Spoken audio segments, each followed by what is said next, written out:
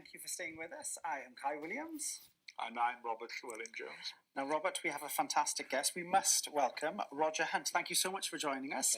And as we can see, you've bought Christmas trees. So it's Christmas time. So tell us about these trees. Well, I started growing them 11 years ago, not these particular two. That one's about 18 months old. That's about 2.5 years old. Okay. I moved down to South Wales and decided I'm going to grow Christmas trees. And that's Excellent. in between Carmarthen and Swansea. Okay.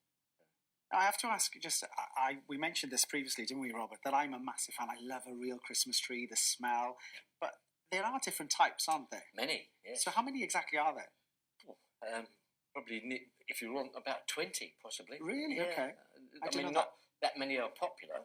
Right. There's about 3 or 4 that are really sort of the main favourites. So tell us about this tree here on the table. They're both Norway spruces, which is what people would consider to be the traditional Christmas tree. Okay. And then the more designer tree, if you like, is the Norden fir. Right. Which is a beautiful looking tree. Takes a little longer to grow, doesn't drop its needles. I was just going to say, that's something which is quite off-putting for a lot of people. Come Christmas, by the time Christmas Day comes, the pines have dropped everywhere, haven't they? And they are hard work. There's reasons for that as well. People are putting them in probably a little too early, although I'm not moaning about that, of course. Central heating, would that be a factor? factor? That's another thing. And a cut tree will even drink up to 1 litre a day of water. Really? And people don't realise that. And they'll put it next to a radiator and not give it any water. You try living next to a radiator with no water. And also, exactly. And the Christmas tree lights, I suppose, even though they don't give off that much heat, they could be a factor as well. They won't help, obviously. No, but exactly. Modern living conditions aren't ideal for Christmas trees, really. Yes. Yeah. So what made you want to start this? What made you go into it? I don't know. It was a whim, seriously. Right, okay. I moved down. I bought a farm. Didn't know what I was going to do, and I thought I'll plant some Christmas trees. And once I started delving into that and getting involved, it's excellent. There's no miserable customers. Everyone's happy. It's really nice. Do you sell to any of the major, shall I say, chain stores? No, I don't. Others do, obviously. No, I keep it. I've got a niche market where I am.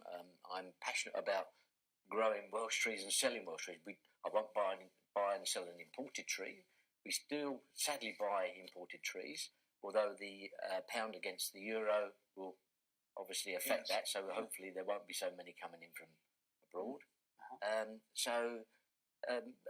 I'm quite small in my scale. I only grow probably 15,000. Yes. Only? That's a lot no, of trees, that's small, trust me. Is it? Okay. Robert Morgan, Garafresh in Swansea, I think he's planted now nearly 300,000. Wow, that's a lot. And 2 other guys that we work with, 4 of us have formed a cooperative, a Welsh cooperative of Christmas trees. Interesting, yeah.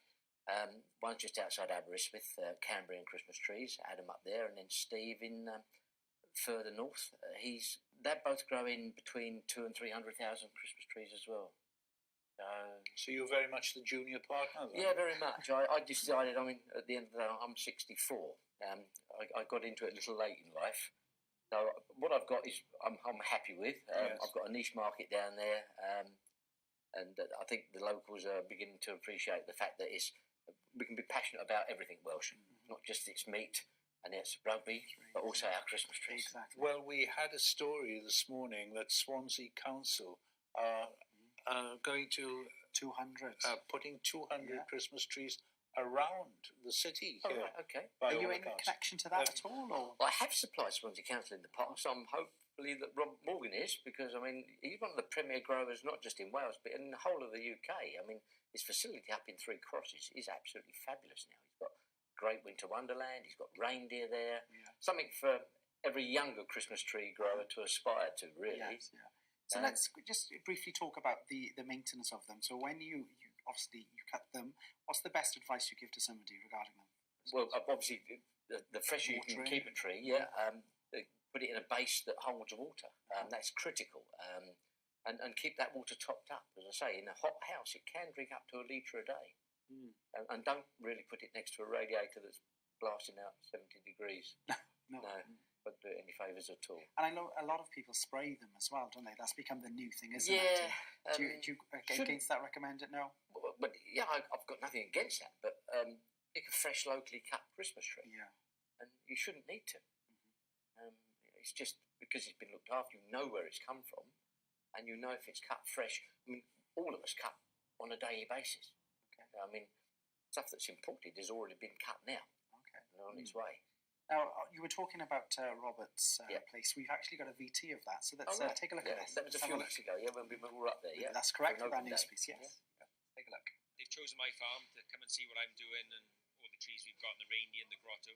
So 200 growers have travelled here today to have a look at what we're doing. And as you can see in the background, they hold the annual AGM and the Christmas tree competition. It's a fiercely fought competition, of which the winner, which is going to be announced in about half an hour, they can supply a tree to 10 Downing Street then. So yeah, it's a fiercely fought competition, and I'm not sure who's going to win, but yeah, in December then we'll all be going up to 10 Downing Street to present the tree. At Panfold Farm here in Three Crosses in Gower, this is extremely important because Councillor Howard Morgan, who is the farmer on site, he won 2 years ago, and of course the winner gets to erect their Christmas tree outside 10 Downing Street. Now that is broadcast throughout the world, quite obviously, and whoever comes second gets to put it inside number 10 Downing Street. In my role, I get the fantastic privilege of seeing both, but it is a great celebration when it comes from Wales and when it came from Gower just a couple of years ago. Oh, this is a major event. People from Denmark, from the Republic of Ireland, from elsewhere across the whole of the UK have come to Three Crosses, have come to Gower in order to understand what their competitors are doing, in order to buy and sell from their competitors, so that when it comes to that first week in December, when many people are going out to get their Christmas trees, that you really are getting the best products because of the way in which best practice has been shared. Wow, fantastic video there. Very interesting. Now, we have to point out, it's become a very serious sort of, not hobby, but it is, one of the, as we just saw, one of the Christmas trees ends up in a very famous place. It certainly does in 10 Downing Street. More than one, actually, two. Two? So the one overall outside winner is outside. and one inside, was And it? Rob Morgan, the year before last, was actually the winner of the one that went inside, Okay. which is a great honour. It is, isn't it? Yes. I say the quality up there is superb, I have to say. Let's quickly talk about, as in, cost of the trees, because I can remember going back when I was a very young lad with my parents and my brothers, and we would go hunting for the Christmas trees, and they have changed and become, I don't want to say expensive, but they have changed in price, haven't they? Oh, they certainly have. For instance, the Norway spruce that I grow is half the price of a Nordman. Okay. But then it's a lot easier to grow and look after. It's a lot more forgiving. Uh-huh. The Nordman takes an extra 2 years to get to its optimum height. So yeah, there's a lot more work, and you can get more disease when it's growing that kills them. So a lot more work involved in growing an Nordman. So to be fair, price does justify the effort that's put in. Of course, it's the quality you're paying for, really. Exactly. It's like everything, Yes, I exactly. suppose, Oh, isn't it? indeed. And Yeah. do you find that people still have the enthusiasm for Christmas? It doesn't diminish? It doesn't, no. And that's one of the things I really amazed me when I first got involved. Everyone is sort of really looking forward, and I encourage people to come down to my plantation with the family, pick their tree and cut it. In fact, I've already had people come to the plantation last week, already tagging their tree to cut it later on, which is something I encourage people to do. Yes, yeah. How much are the trees? What's the They standard vary. roughly price? Yeah, you'll get a Norway spruce anything from £15 to sort of £30, Okay. and the Norden will be anything really from £30 to £60, depending on the height. Wow. You've mentioned that you've already got people coming to visit you. So how soon did you open, and how long are you going to stay open till? From this weekend, I'll be open from this weekend right the way through to the 24th, Oh, okay. 7 days a week. Is there really an optimum time when one should put up a Christmas tree? I mean, we seem to be we're not even in the I know, middle exactly of November right. yet. And, Isn't there- First frost this week. Yeah. But isn't there, I don't know if this is correct, Robert, there's not a tale or a rhyme, isn't it? So many Yes, days you're before right. Christmas, then after Christmas has to be taken down. I can't 12 remember. nights. That's 12 right. nights. Yes, Yeah. yeah. But are you that type of gentleman, Robert? If you were to get one, would you get a real one, did you say?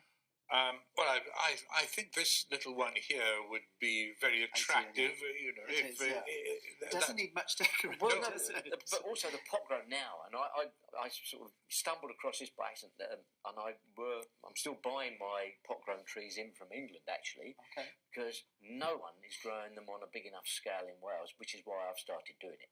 I'm thinking, I can't aspire to what Robert's done up in Three Crosses, Okay. but I've found my niche market. I'm growing now probably 2,000 in pots. pots. Right. Okay. So, I mean, someone will want to buy them at this size, but Yes, yeah. ideally we're trying to get them I to suppose 3 it's and great 4 because foot. there's somebody with a smaller place, a smaller Correct. home.